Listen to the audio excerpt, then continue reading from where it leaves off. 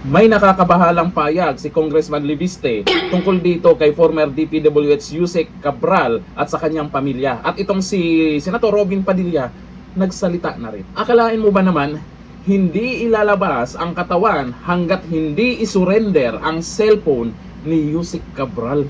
May batas bang ganon? I-hold yung katawan pag hindi isurrender yung cellphone? Hindi ba pwedeng karapatan din ng pamilya yon?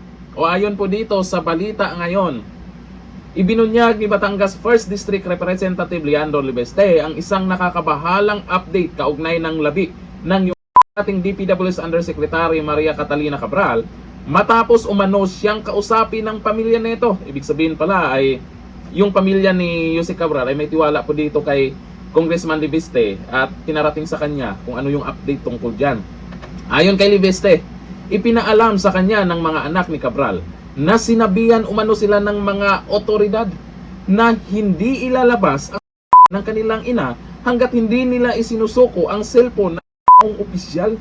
Bakit? May kinakatakutan ba sila?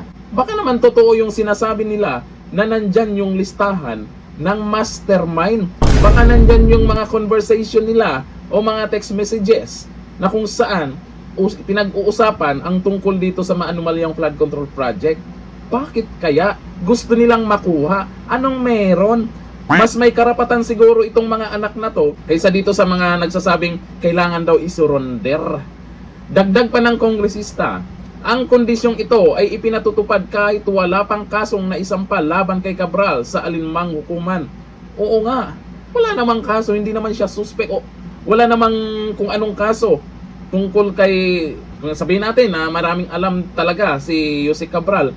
Pero bakit kailangan? Parang takot sila diyan sa cellphone na yan. Isang sitwasyong ayon sa kanya ay nagbubukas ng seryosong tanong hinggil sa due process at sa karapatan ng pamilya. Correct.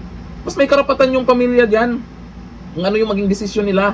Ipinaliwanag din ni Libeste kung bakit itinuturing na napakahalaga ng naturang cellphone at iba pang electronic devices ng opisyal sa patuloy na investigasyon. Ay alam naman ng lahat yan na maraming alam po itong si Yusek Cabral. Napalitaan po nating nakaraan na mayroong laptop din na nawala di umano. Nako po. Ayon sa mambabatas, ang impormasyong ito ang dahilan kung bakit nanatiling kritikal na ebidensya ang mga personal na gamit ni Cabral sa gitna ng mga aligasyon ng DPW's budget insertions at flood control anomalies.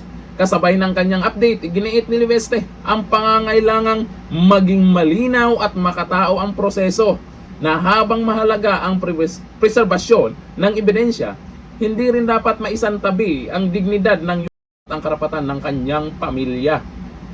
Akalain mo iba na talaga ngayon no? Ganyan na nga yung nangyari. Kung may mga nagdududa kung siya ba talaga yan o hindi. Pero kahit anong pagdududa na gagawin po natin, kaya nga nagsalita na din po si Senator Robin Padilla. Alamin po natin kung ano po yung mensahe po ni Senator Robin Padilla tungkol dyan. Kasi sa kabila ng pagdududa, ay dapat din naman talaga nating respetuhin talaga yung gusto ng pamilya. Hindi pwedeng mawala yon. Paano naman kung talagang totoong nangyari yon? Paano naman kung totoo yung sinasabi ng pamilya? Dito lang po tayo na nagtataka, bakit parang takot na takot sila dito sa cellphone? Sabi ni Ricardo Nota, bakit kaya sila parang natatakot sa laman ng gadgets ni dating Yusek Cabral? May batas ba na pag ang isang tao ay gipitin pati ang personal na gadgets? Naku, wala talagang ganong batas. Sabi ni Dio Cogal, huwag nyo ibigay ang mga personal na gamit ni Yusek Cabral po yan ay malaking tulong sa investigasyon. Sabi ni Tomas Bueno, mataki na naman ang mga bendalo, mga idol. May kinakatakutan bang text o tawag sa cellphone ng dating Yusek DPWH? Malamang.